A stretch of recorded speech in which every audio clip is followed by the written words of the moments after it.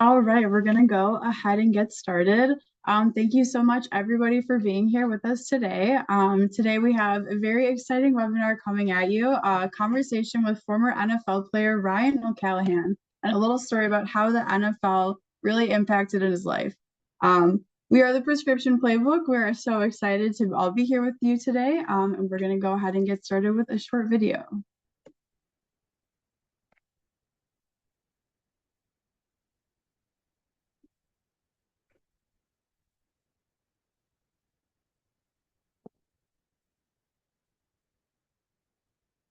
Hey bud, happy graduation. You just received a full ride scholarship to Berkeley, and that intimidates you.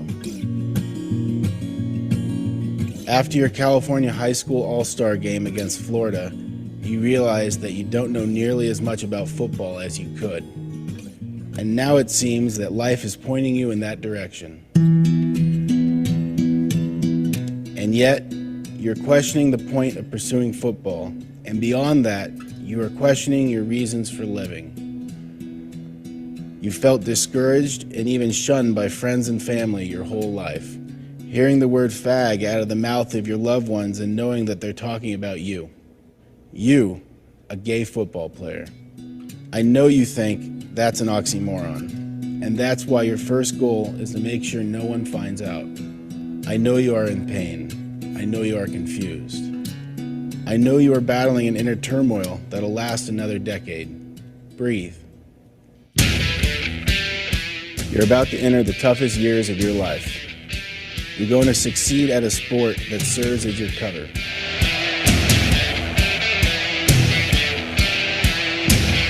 While you're at Cal, you're even going to be voted the best offensive lineman by your opposing peers. They all think you're a force to be reckoned with. They see this potential in you that you have trouble seeing in yourself. You will make it all the way to the NFL, playing first for the New England Patriots and then for the Kansas City Chiefs. You're going to invest all of your energy and time into football so people refrain from asking your least favorite question, where's your girlfriend? You're going to start chewing tobacco in order to look more straight. Don't do it. You're going to gain as much weight as possible so that people see you as unattractive. You're going to do everything in your power to make sure no one finds out that you're gay. You know that if your cover is blown, you'll lose everything. If you're gay, you're as good as dead. You will live 29 years of your life in fear. You'll keep up this facade because you think there is no alternative. You'll want to escape the anxiety, to feel something other than trapped. This is why you will abuse drugs, especially painkillers. You will even spend and donate hundreds of thousands of dollars because you have no intention of needing it. Because after your NFL career, you plan to take your own life. But you won't. Your athletic trainer will notice your downward spiral and convince you to talk to a counselor. This will be the turning point for your whole life and give you the strength necessary to find out that people love you, your family, your friends, and your dogs. You will realize, Ryan, that you have been scared of nothing. This is not the end. No, this is just the beginning. You will soon feel free for the first time in your life. Heck, you might even find love with someone who understands you and your struggle. So again, breathe. Really, breathe. Believe it or not, it gets better for you. And soon you will want to share this newfound happiness and love with the world. Just hang in there a little longer, buddy. One day people will look up to you for your strength.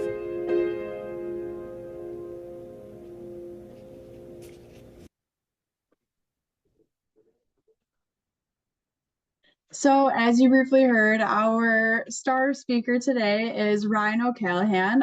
Ryan played college at the University of California, Berkeley, where he not only earned All-American honors, but he was also the recipient of the Morris Trophy, presented to the most outstanding lineman in the Pac-12 Conference.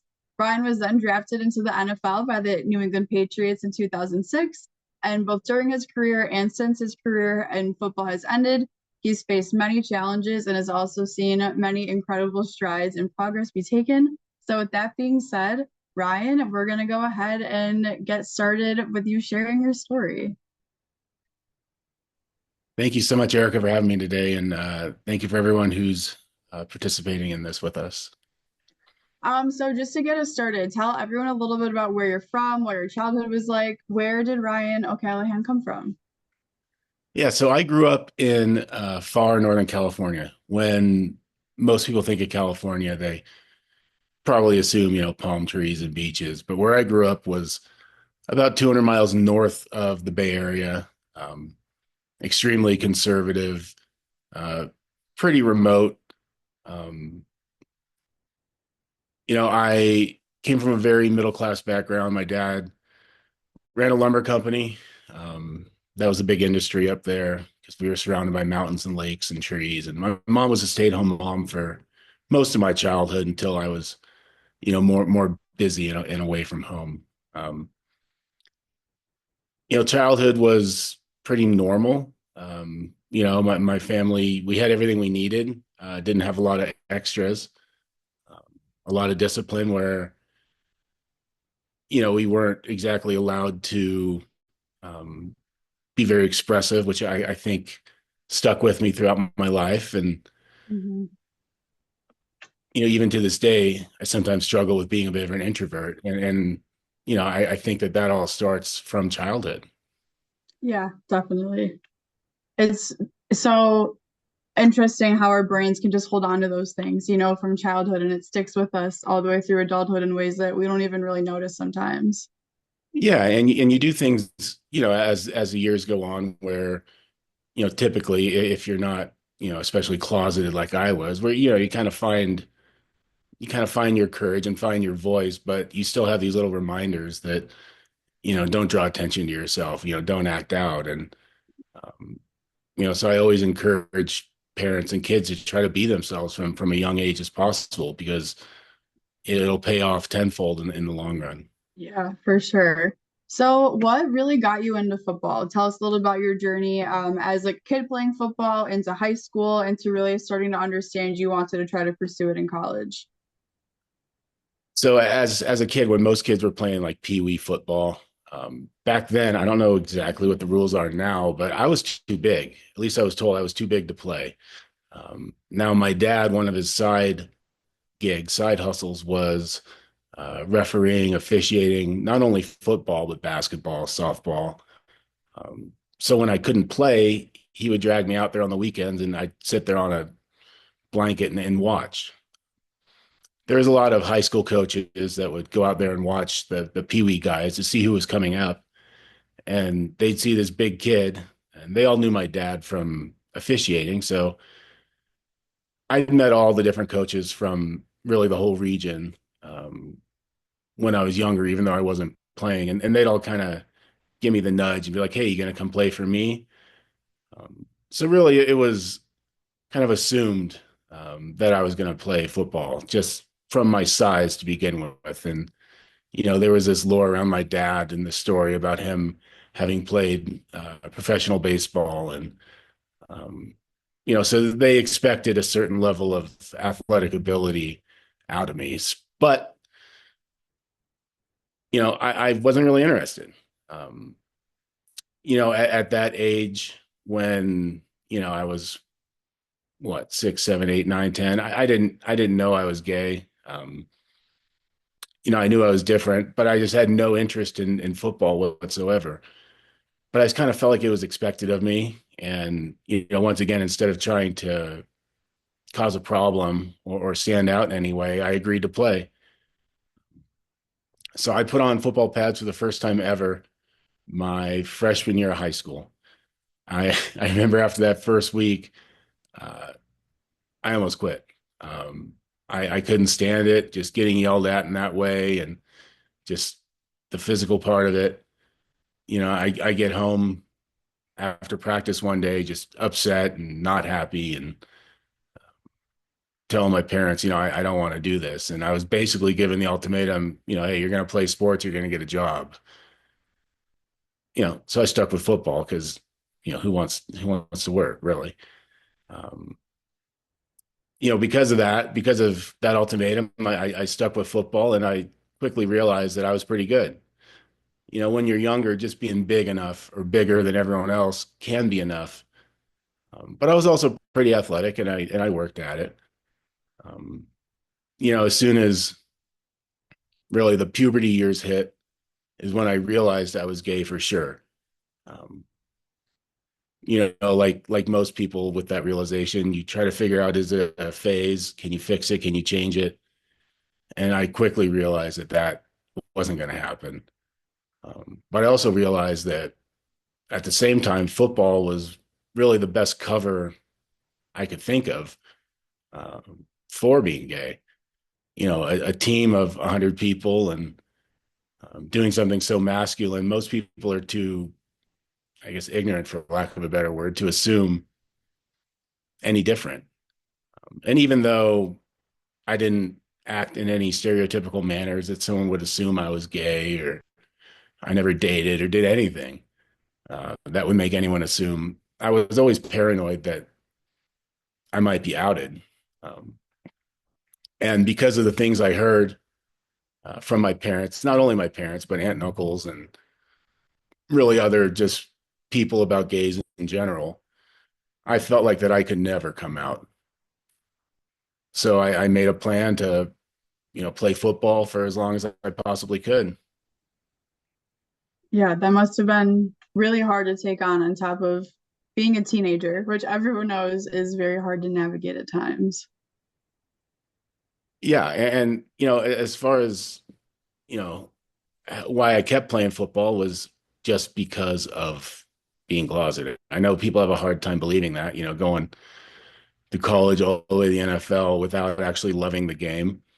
Um, it's a little unbelievable. And I've come to realize the sacrifice that some people would make just for a chance at playing in the NFL. And then they hear people like me that say, I didn't really even like it.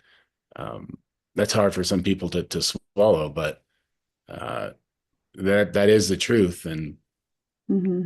in high school, as the years went on, by my junior year, I was starting to get a lot of attention from colleges. Um, University of California, Berkeley, where I ended up going, was the first school to offer me. I had offered me a scholarship. I had gone to one of their summer camps, and there on the spot, they offered, and I accepted.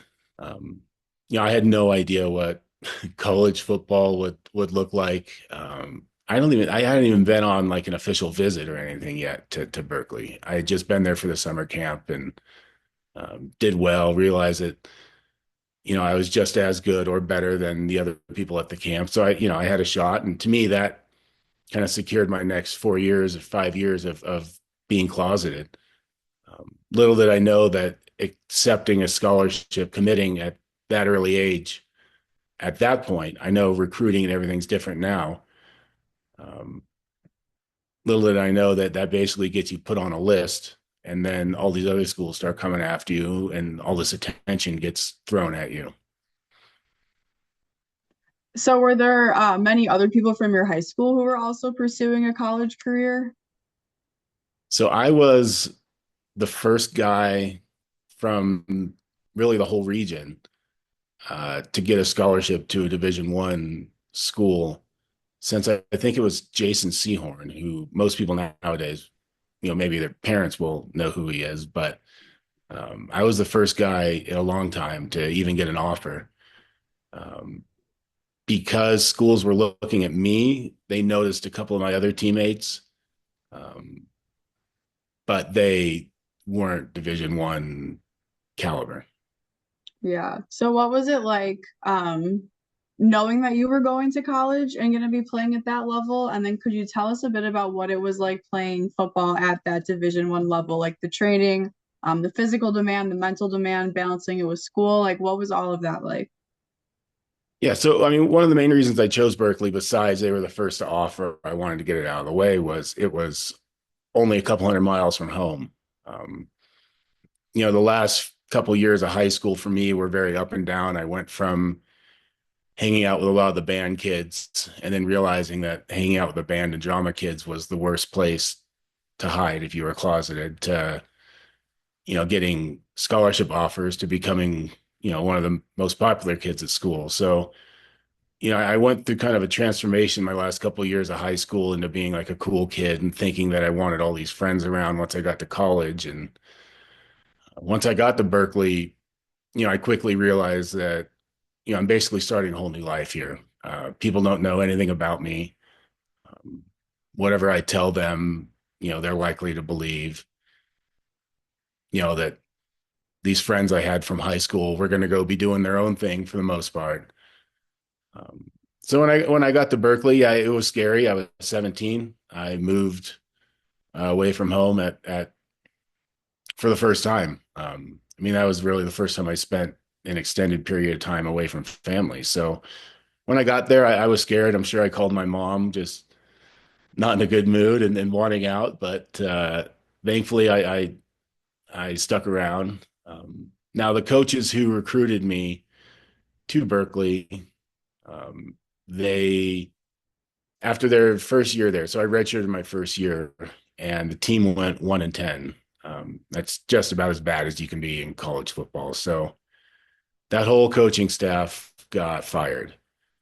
Um, in comes Coach Jeff Tedford, who I believe at that time he came from the University of Oregon, and he brought in all new people from top to bottom. And I remember the very first meeting that he had as a whole team. One of the first things he said is, "You guys need to actually believe that you can win." And I remember that because that just kind of snapped something in my mind. Like, we come from an atmosphere the last year that we didn't even believe we were going to win. So what's the point of even going out there? And that just changed everything with how we trained in the off-season program and really your mindset going into class. Um, Now, I think a lot of people are familiar with Berkeley only for school, not football, because it is one of the best academic universities in the country, really in the world. And unlike some other schools that give preferential treatment to athletes, Berkeley is not one of them. Um, I remember one of my first classes, I had a professor come out and say, "Hey, this is an academic university, not an athletic university." Basically telling all the athletes in the class that, I got my eye on you. I'm going to be harder on you than anyone else. As I got older, like I said, I got to Berkeley at 17, and I left at what, 21. When you get older, you kind of feel more pressures, or you put more pressures on yourself because you feel like people expect things like to start dating, and your social life should be taking off. And that was one of my big struggles early on there, was not only having football as my cover, but trying to figure out another way to just throw people off. And in that video, you heard me talk about trying to gain a bunch of weight, chewing tobacco. Um, I started picking up all these really nasty, stereotypically straight habits, and it worked. Um, I thought that making myself undesirable would be the best excuse not to be dating someone. Um, Really to my detriment, though, because, well, obviously chewing tobacco is not going to help you in any way with football besides staying awake during a meeting. But, gaining all the weight. Um, at one point in college, I got up to 372 pounds. Um, by the end of college, I was 345 pounds, which is where I believe I was drafted at. That was all really a blur. Um, but I'm very thankful for going to Berkeley and sticking with my decision, sticking it out. I met some great people. I played on some great teams back then. Kind of feel like a name dropper, but that's when we had like Aaron Rodgers and Marshawn Lynch, and I think we got up to number 3 or 4 in the country. And Coach Tedford created an atmosphere that made everyone truly feel like family. Even to this day, there's a group of 15 or 20 of us ex-teammates who get together at least once a year and go on a trip. And Um, Thankfully, me coming out, which was one of my biggest fears of coming out, was losing my friends, losing my family. And I'm sure we'll talk about that more. But thankfully, when I came out to all my ex teammates in college, that only made my relationships better because they saw that I was finally happy and I was being honest. And, um, now we've been able to form a relationship, on a deeper level. And surprising to me, they actually want to get involved in some of the things I'm into that they wouldn't typically do, which is kind of funny to watch. I'm sure. That's just so inspiring to hear that your college coach was able to come in and really transform the atmosphere, and everyone just like drive and motivation, and like almost visualization. I feel like it's like a tool talked about a lot, but really just like picturing yourself as a team capable of winning. And I love to hear that you guys all still get together and that they're trying some of your interests. That's so fun. Having a coach like that can really make or break a team, and you can tell you guys are a testament to the fact that it really made you guys so much stronger and more successful. Yeah, and one thing I should say, like one of the things that he really emphasized a lot was, and if any young athletes or parents or trainers are watching, he put a strong emphasis on the off-season program. In high school, we never really had an off-season program. You didn't get together and lift. You didn't do anything like that.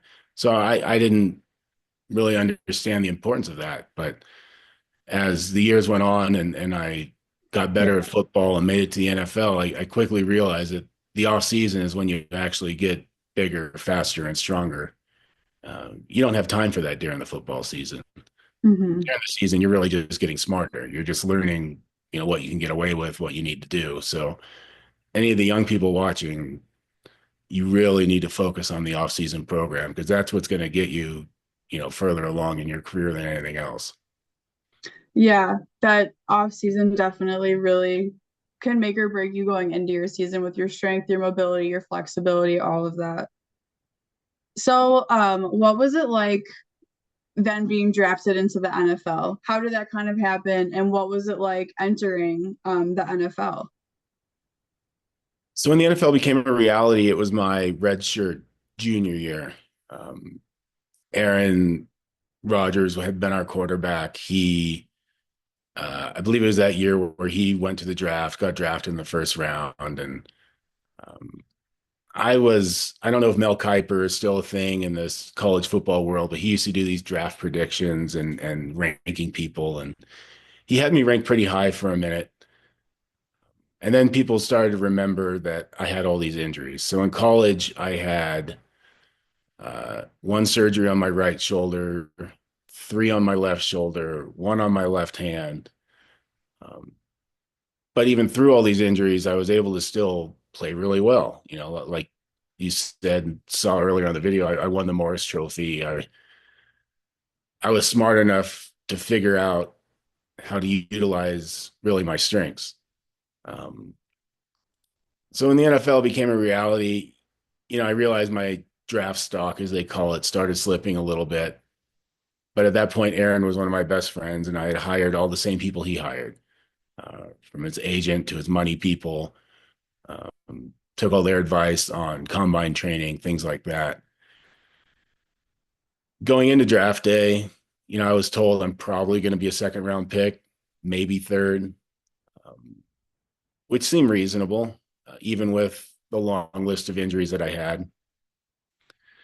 Um, Once again, me being the person who didn't want a lot of attention, I didn't want to have a draft party. All you hear is these stories about people have a party and they don't get drafted. Well, I let my best girlfriend at the time, Star, talk me into having a draft party. Back then, the first day of the draft was 4 rounds. So we thought, okay, it's probably a sure bet that I'll get drafted. Well, I ended up didn't getting drafted until the third pick in the fifth round. So very early morning the next day after the party. Um, a humble beginning after having a party and not getting drafted, but getting drafted by the New England Patriots was really the best thing that ever could have happened to me. Um, This was kind of in the middle of their dynasty. What was it, 05, 06? They weren't far removed from the Super Bowl.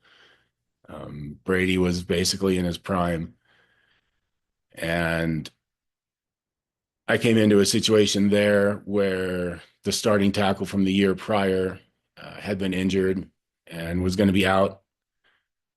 So I was competing for a starting job. Um, a lot like when you move from high school to college, college to NFL, you're in a whole new city, whole new people. They really don't know anything about you. You can reinvent yourself. So I came up with a storyline. Yeah, I had a girlfriend back home. Um, I realized that that wasn't uncommon at all for players to have their family back home.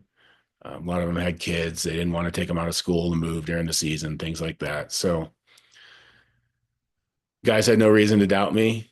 Uh, so I stuck with that and I focused on football as much as I possibly could.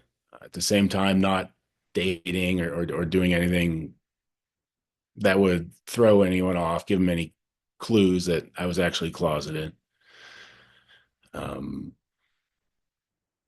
it became obvious that I was going to make the team by, I think, the second preseason game. Um, Found out I was going to be a starter that last week of camp, and that's really getting thrown into the fire. The jump and the level of competition between high school and college is big, but between college and the NFL is a whole nother world. I had weeks in college, even playing against a team like UCLA, where the guy you're going against wasn't very good. So, you basically had a week off. In the NFL, that doesn't exist. They're not going to pay someone to be below average. So, I figured out real quick how to use my hands better, and I learned the playbook as quickly as I could. Thankfully, the person playing next to me was a crusty old veteran and very smart and had the patience to deal with a rookie like me. Um, but being able to have start my rookie year and play well while I did really kind of set the tone for being able to play 6 years in the NFL, even with all the injuries I had. Um, my rookie year, I did. Uh, I know you guys are based out of Chicago. Brian Urlacher was a linebacker for the Bears for a long time. My rookie year, I got introduced to him in the wrong way, and he he got the better of me, and I ended up being out for I think 5 or 6 weeks. But I was able to prove myself early on that rookie year enough to be able to make the team the next year, and uh, really kind of gave me the peace of mind that I needed at the time. Yeah, how old were you during your rookie year? Gosh, I was 22, 23. Oh my Uh, gosh. yeah, you have to realize the average NFL career is only 3 years. Um, so most of the guys are younger than say 25 in the NFL. You're young, you got a lot to learn.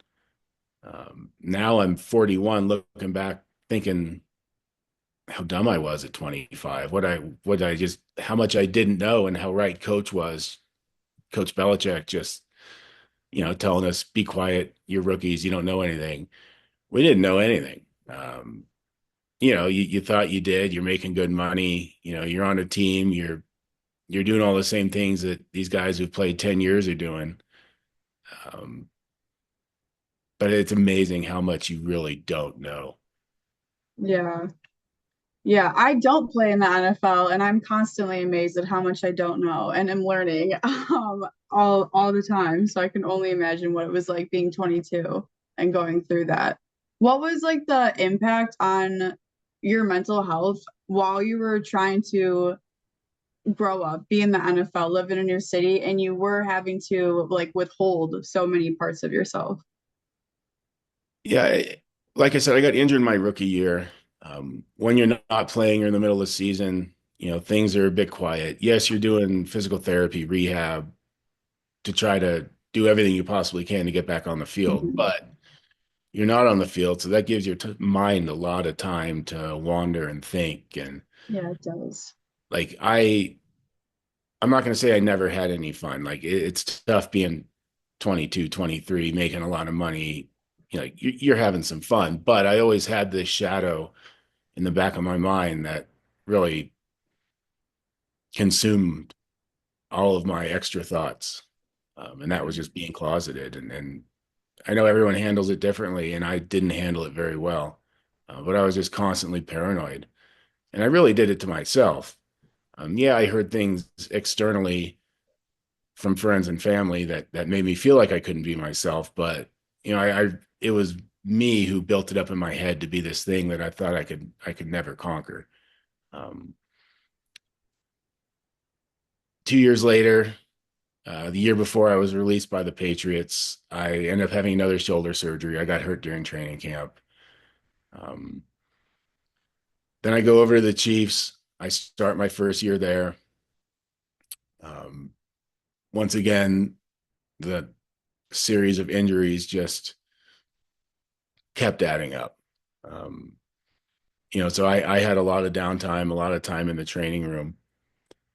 In my story that you heard in the beginning on the video, I talked about abusing painkillers. In college, I had a lot of surgeries. After you have surgery, you have to take a painkiller here and there. It was never a problem. As the years went on in the NFL, and I knew my plan was to end my life after football. With every surgery you have, you realize that you become more of a liability than an asset, and your time on the field is less and less. Well, after these last couple injuries I had, I was taking a lot of painkillers, and I had a lot of money to buy more painkillers. Anyone who's taken a painkiller realizes not only do they get rid of pain, but they give you this euphoric feeling.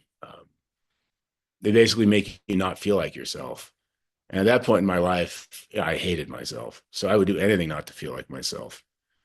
And, casually taking a painkiller here and there quickly turned into a full blown addiction, um, which once again created its own set of issues. And so the last couple of years with the Chiefs, I tore my left groin during practice. It was a blocking drill. The guard missed his block. I got hit in the side, kind of did a half split.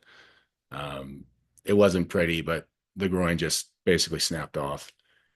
And we did everything we possibly could to heal from that. They did lie. They told me that there was no surgery that they could do, when in reality they could have just reattached it.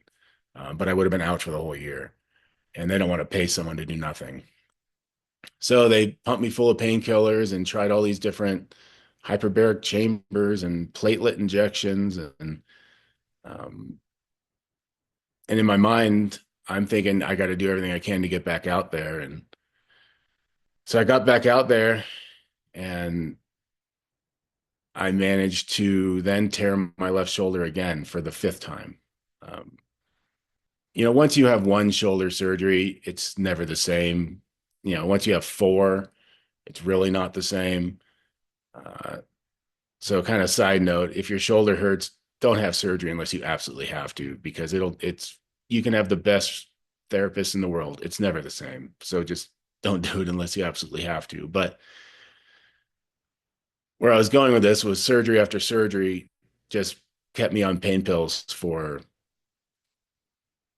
a long time. Um, I realized after that last shoulder injury, I wasn't going to play again.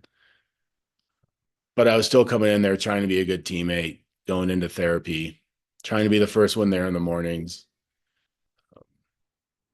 And our trainer noticed that I was acting funny. Um, Mentally, I was at an all-time low. I knew my plan in my head. I knew time was running out. Um, the clock that I really gave myself was running out. And one morning, he pulled me aside, pulled me into his office actually, and said, "Hey, what's going on?" Mind you, the team was prescribing me a good number of painkillers, but I was getting them off the street.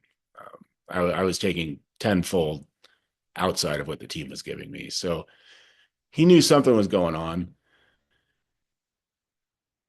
and he confronted me about it.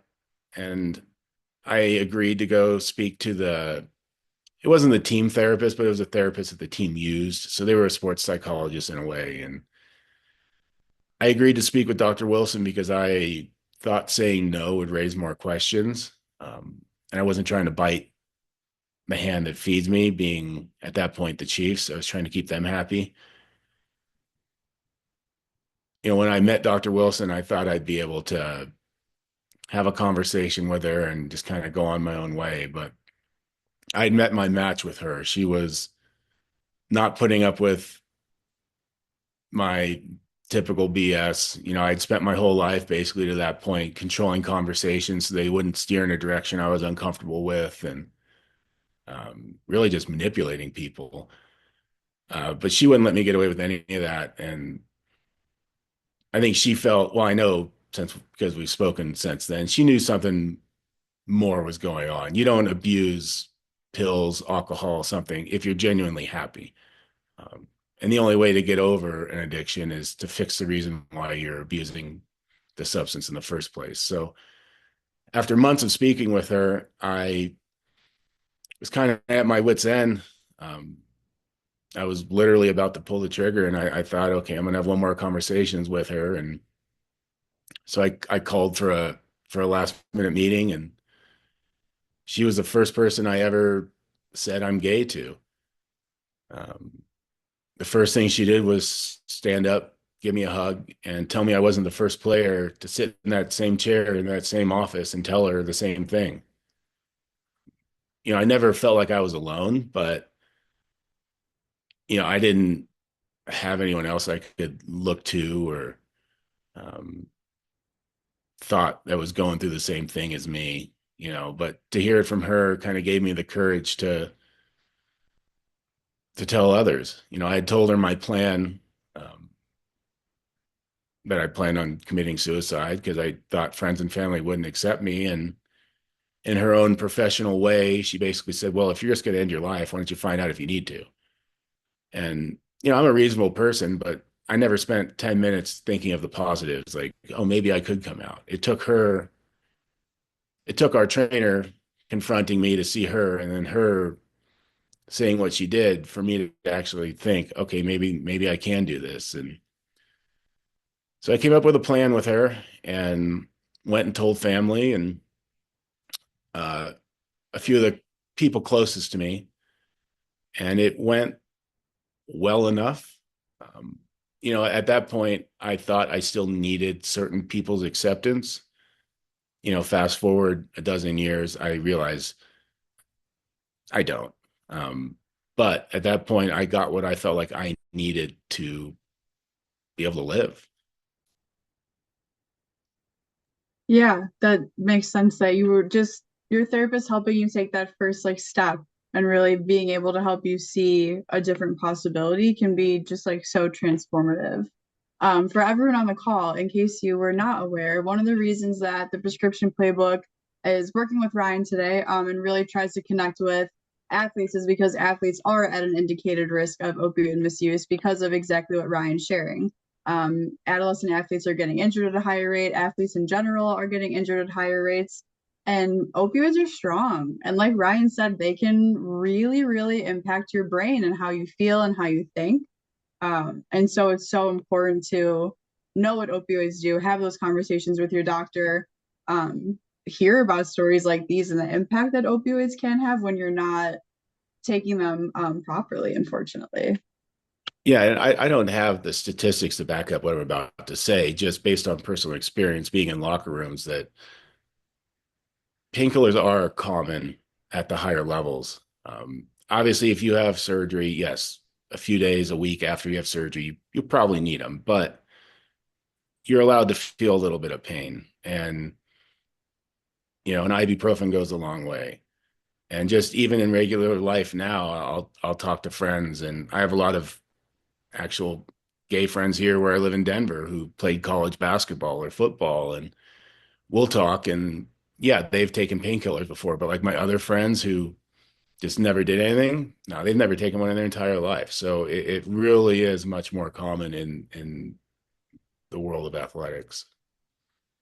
Yeah, I wonder if you could speak to that like a little bit more for a second. What was the like drug and alcohol culture like both in college and in the NFL? So in college, like early 2000s, so laws have changed a lot. Um, things people didn't really realize the epidemic that painkillers really were back then. We'd literally be on the airplane. So in college, we had our own airplane. In the NFL, you have your own airplane. The doctors, the trainers would come by and not for everyone, but the guys like me who had surgery in the off season, or just guys that would say they were tired or they were sore. The trainers literally walk by with a rubber glove and they'd have pills in it and they'd hand it to you. Um, it would be that just open and lax. In the NFL, there was an instance on one of the teams. I think it was like the Saints in the mid in like 2006, 7, where um, a bunch of pills went missing out of a safe in the training room, and that raised a bunch of alarm. So, more of a spotlight was brought to it. And then the NFL substance abuse program and testing became more serious, and they would test for not just opiates, but like specific drugs. They could tell if you took a Vicodin versus a oxycodone or something like that. So, um, as the awareness in the public went up, the rules got stricter. But still, anytime I needed a pill, I can go to the team doctors and they just write you a prescription instead of handing you pills in a glove. It was never a problem. You're muted. Thank you very much. It happens. So what was life like after ending your career at the NFL, after not taking your own life and coming out and starting to share your story? What has life really looked like for you ever since then?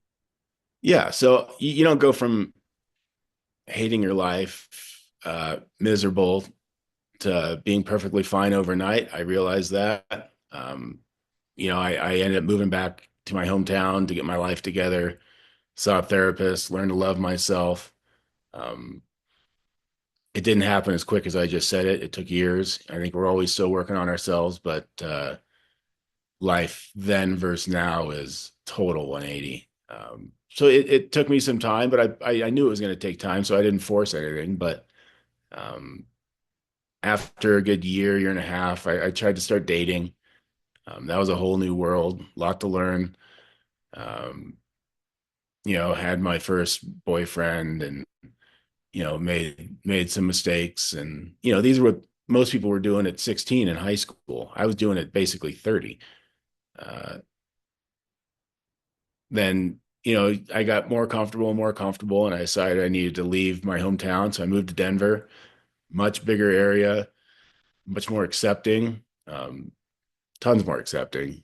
Uh, that was probably the best thing I ever did, because that's really when I started to come out of my shell for real.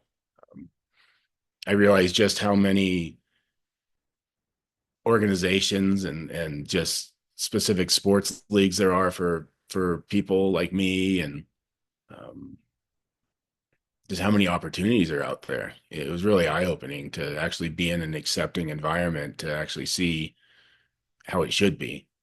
Um, After I came out publicly in 2017, so I came out to family and everything in 2012, came out publicly in 2017. I was offered all these different opportunities with brands and publishers. So I decided to write a memoir, which I did, called My Life on the Line. Uh, had an opportunity to sell that. So I sold that to Netflix. They haven't made it, but we'll see what happens there. And that kind of got me interested in production. So I've been producing a documentary about a cult in my hometown. So now I basically get to wake up every day and think, what do I want to do? Because of all my injuries and because I somehow survived 6 years in the NFL, uh, I'm taken care of by the NFL. So I get, a check every single month from them, which is more than enough for me to live. I'm of the mindset you only need so much. I know what makes me happy.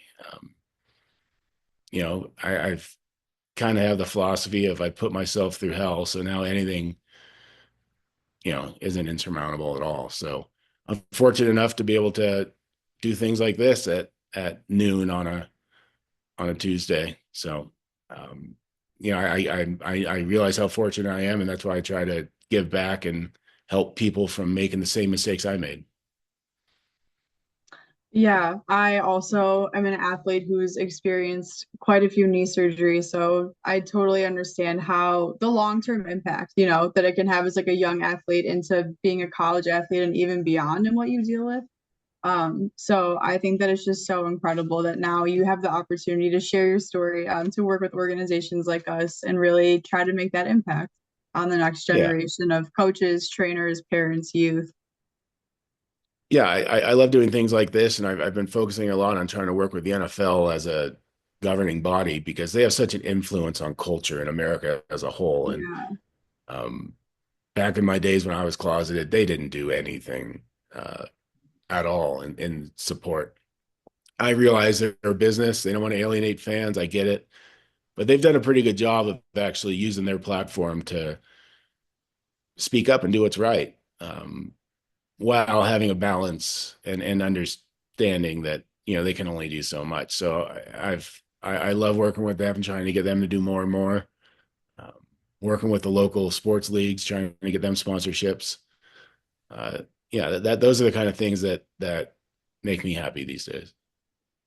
Yeah, so as we're starting to wrap up and get into Q&A, what is just like one thing that you would want everyone on the call today to leave with? Anyone who's really working in athletics or just anyone on the call joining us today? Yeah, I'd say if you're a parent, uh, if you just naturally present yourself as an open-minded, kind person, I think your child will feel more inclined to be themselves from a young age. It's there's nothing you have to specifically say. I don't think because sometimes confronting your child isn't the right move. But I think if you just have this energy of you're accepting and loving, and they'll realize that, and they'll be more inclined to be themselves. I think if you're a trainer, you have a lot of times more contact with the athlete than anyone, or a coach. You have more contact with the athlete than anyone. So realize they're not just a number on a jersey, and they're actually human, and recognize like my trainer did. If you see something going wrong, say something. There's an easy, supportive way to do that. And if you're a kid on here, realize that specifically sports, it doesn't matter who you are, who you love, what you look like. You can play. There's a space for you. Doesn't have to be in the NFL. There's your chance to get in the NFL is, sorry to kill your dreams, but very low. Um, Not saying don't try, but focus on getting a good education and going that route. And if you make it to the NFL, great. Um, but don't let who you love or anything like that discourage you from doing what you want to do. If it's playing sports or anything else.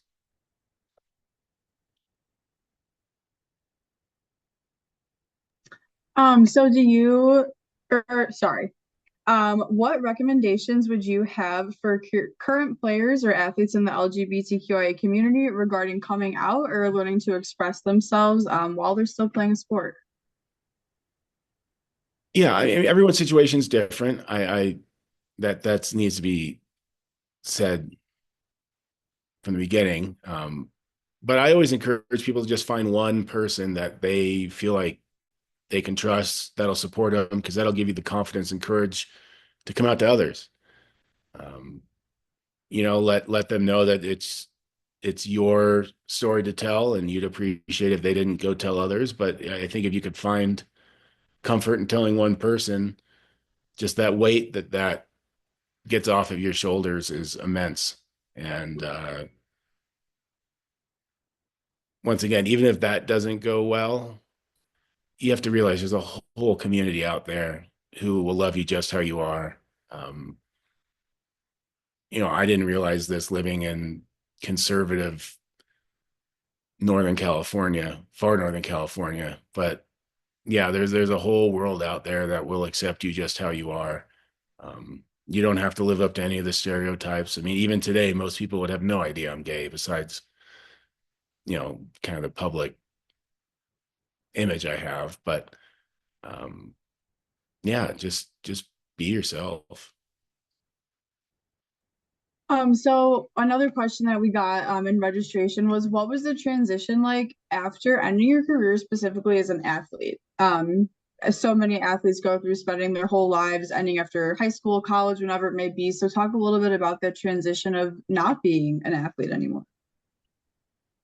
Yeah, that's tough. In the sports world, you're basically given a schedule, told how to dress, where to go, what to do, how to act. Um, Very militaristic, and once you're done, you're kind of left to your own devices. And one thing I always say is you have to find yourself a routine, because we're so used to routine, and then you suddenly don't have anything. So you need to create yourself a routine. If it's working out you enjoy for some crazy reason, do that every day. Um, if it's going out to nice restaurants, find a group of friends, do that once a week. Like, you just have to find a routine, stick with it. Because it's tough. Luckily, something like the NFL has a whole alumni associations that help you and guide you. But um, there are a lot of resources out there. Uh, Even if you're in college or something, your athletic departments typically have resources that'll help you transition into the real world. I would love if you could share a little bit about what the reaction was like from your NFL teammates once you came out. What was that like after coming out publicly? So I came out to a handful of them. The ones I felt closest with back in 2012. I came out to our general manager with the Chiefs, who I was friends with, and like I said, just a handful of guys I was really close with, and that all went well. In 2017, when I came out publicly, it was on every Sports Center, ESPN. It was on every network there was. So I heard from a lot of the guys I hadn't talked to in years, and it was all overwhelmingly positive.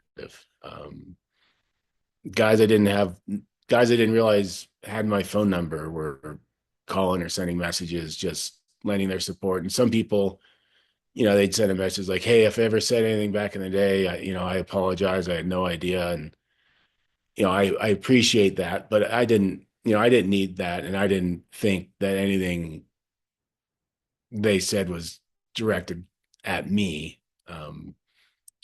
But yeah, it was all overwhelmingly positive. And like I said earlier, with basically just my friends, my relationship with all other teammates is stronger than it's ever been. And since I've come out publicly, I've been able to be involved with a lot of different things that the NFL does, like going to NFL honors and the Super Bowl, and seeing a lot of the guys I played with. And the Patriots specifically have a good uh, alumni organization where you can come to games and things. Like, I talk to Mr. Kraft, the owner of the Patriots, now more than I ever did when I was playing. Yeah, that's awesome. I'm so glad to just hear how positive it was for you, and how just like that sense of community was able to really be created for you. Yeah, Another and question that I we got. realize I'm in a different situation, but it if there is anyone watching that is closeted, realize it's much better than you think. Once again, there may be people who don't accept you, but you're fine. You'll be fine. Trust me.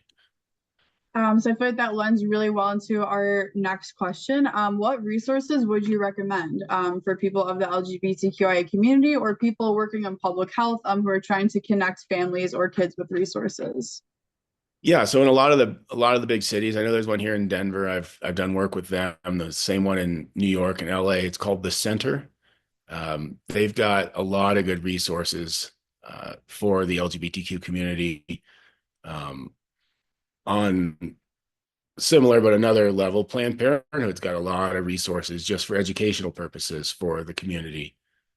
In the sports world, there's good charities like You Can Play, where they've got a lot of great resources, trainings, teachings for coaches or athletes that want to be a good ally or something like that. So I start with looking up the center and seeing if there's one in your city.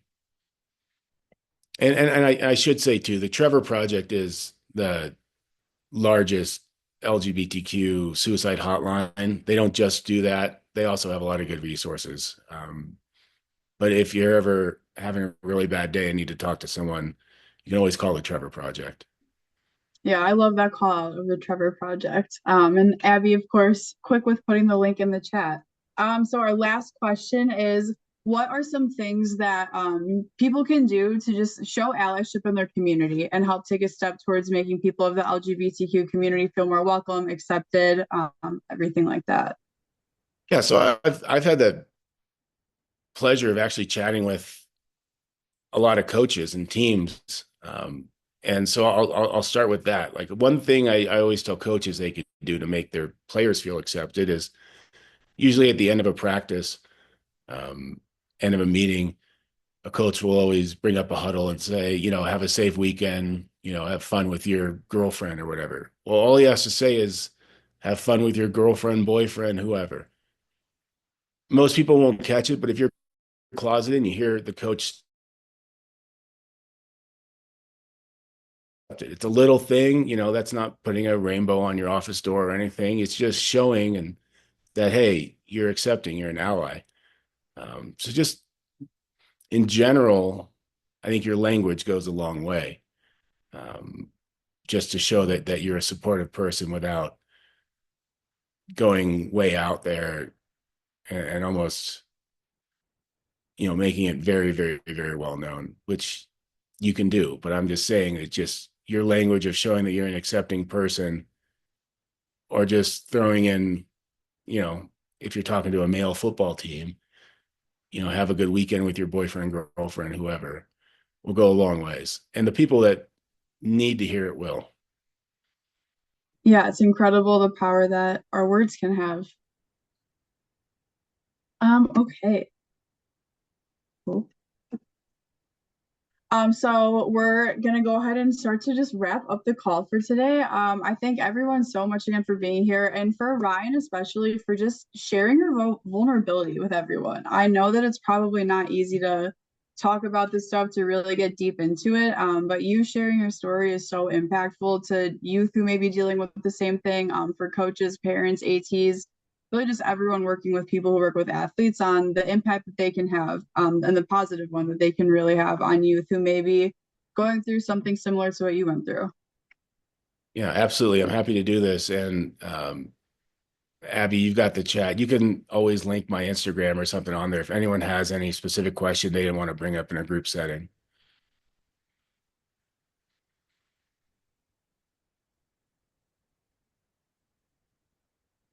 Okay, so if you're looking for more ways to get connected with us or with Ryan, you can always check out our Instagram, our Facebook, our Twitter. Our QR code on this page here is going to take you to our website for the prescription playbook. My email is also up here if you want to get connected, but you can also get connected with us through our website.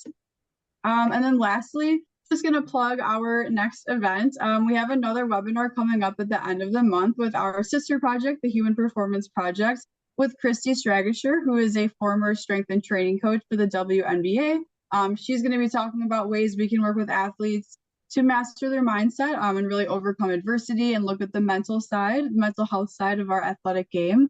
And we would so appreciate your feedback on our webinar today. So the QR code on the right-hand side of your screen is going to be our evaluation. Abby also put it in the chat there. And if you're just looking for more information about the Human Performance Project or the prescription playbook, you can visit our link tree on the left there. But again, I want to thank everybody so much for their time today, and especially to Ryan again for being the human that you are, doing the work that you do now to impact your communities, and for just, again, being here to share your story with us. It really is so impactful to hear. All right. Thank you, Erica. Thank you, Abby. And thank you for everyone who logged on today to take part. Well, thank you so much, everyone, and have a great rest of your day.